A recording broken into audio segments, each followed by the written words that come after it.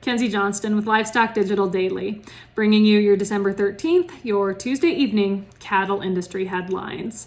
Brought to you by AgRisk Advisors. They help you manage your risk so you can manage your operation. With over 20 years of experience, AgRisk Advisors provide honest and transparent advice. They offer insurance solutions to help you minimize risk and maximize profitability on your farming and ranching operations. They might not be able to make it rain, but they can sure ease the pain. If you want to learn more about pasture, rangeland, forage insurance, go ahead and reach out to AgRisk Advisors. They can help you understand what PRF insurance is all about and everything it can do for your operation. Meeting Place has reported, according to USDA's Economic Research Service, 2023 beef exports are expected to decline by 472 million pounds or 13.3%. The cause of this decline is attributed to widespread drought and higher operating costs for cattle producers. During the first week of November, the U.S. Drought Monitor reported that 85% of the United States was considered to be in some level of drought.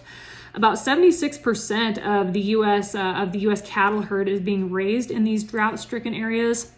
That's an increase of 40% from a year ago. With record high cow slaughter levels and strong demand, this year's beef production was raised by 211 million pounds to 28.3 billion pounds. But this next year is a much different story. With fewer cows out there, fewer cows available to come to market and be slaughtered, projections have fallen 90 million pounds to 26.3 billion pounds, which is down 7% year over year. Meeting Place has also reported over the weekend, members of the United Food and Commercial Workers Union, Local 7, representing 200 workers at the JBS plant down in Denver, voted to strike after negotiations on a new contract that began back in September failed to result in a new labor agreement. The union represents a total of 27,000 workers between Colorado and Wyoming. The date hasn't been set yet, but those 200 workers represented by the union are currently planning their walkout. This update is also sponsored by Circle 5 Cow School. If you want to learn how to preg check your own cows or start AIing, Circle 5 Cow School is definitely the way to go. Almost every week, they're hosting classes somewhere between Texas and Tennessee. They do a phenomenal job. To check out their schedule, head on over to circle5cowschool.com. That's the number 5 in there, or go ahead and just give them a follow on Facebook. Bloomberg has reported, as we all know, Brazil is the largest exporter of beef and chicken in the world. But the Brazilian people seem to be turning away from meat consumption. 67% of Brazilians ate less animal protein in the last 12 months compared to a year ago. The main reasons given for turning away from meat was increased prices and health concerns. To fill this void, 1 in 3 of those Brazilians who are curbing meat consumption went ahead and adopted plant-based fake meat as a replacement. For those Brazilians who have reduced their intake of meat, 93% of them say that they plan to reduce meat consumption even further. Reuters has reported USDA will distribute an additional $325 million in funding for projects tailored to smaller scale farmers in an attempt to reduce greenhouse gas emissions. With this additional funding, the government agency has invested a total of $3 billion in climate-friendly farming.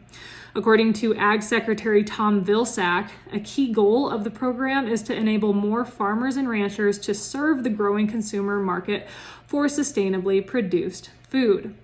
The money will fund 71 projects ranging from $250,000 all the way up to just under $5 million.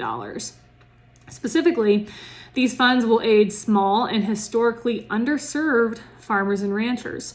The funded groups will include Black farmer associations, Native American tribes, and organizations that serve women, veterans, and beginning farmers.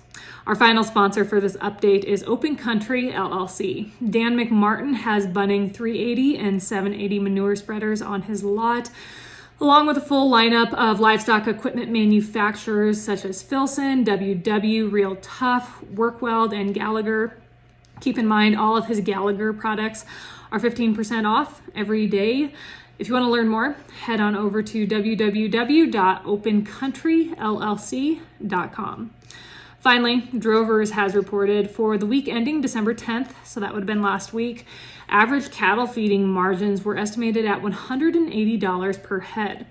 Beef packer margins, on the other hand, dipped down to a loss of $141 per head, thanks to wholesale beef prices tumbling $7 per hundredweight, according to the Sterling Beef Profit Tracker.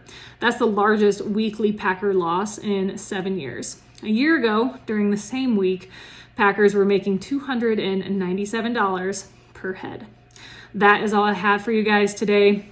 I just got to say, my thoughts and prayers go out to all the farmers and ranchers out there dealing with this weather. This storm is an absolute bear. Be sure to stay safe out there, stay warm. That's all I've got for you guys. I'll catch you later.